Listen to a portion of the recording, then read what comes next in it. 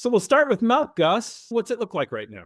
It certainly isn't tight, but it isn't really long either. I think the November milk production was up 4.5%, and that typically would be fairly significant in areas where there isn't a lot of additional processing capacity. One would think it would be very, very long with that kind of growth, but we're not seeing that. Areas like the upper Midwest, Mideast, those areas are not as long as we thought they would be. I don't want to act as if it's tight. That's not the case. Through the holidays, there was still plenty of milk that was around. But I think here, as we climbed out of the New Year holiday and into mid-January, things have gotten fairly what we would say in balance. And that's a little bit alarming considering that type of milk production growth. In that western upper Midwest and Southwest region, in upstate New York as well, there's been a lot of processing capacity that's been added. So those areas have been able to soak up that extra milk. I also think folks have found a little bit more efficient avenues to place the milk after dealing with some length over the past year or so. But one can certainly wonder why in areas like the Mideast, where you haven't really added a lot of production capacity here recently, why we aren't seeing a bit more milk floating around. I think domino effect is certainly going on here. There's some areas of the country that don't have enough milk because of that additional capacity we discussed. But having said all that, I think there's some question marks out there right now as to why it isn't a bit longer in certain parts of the country.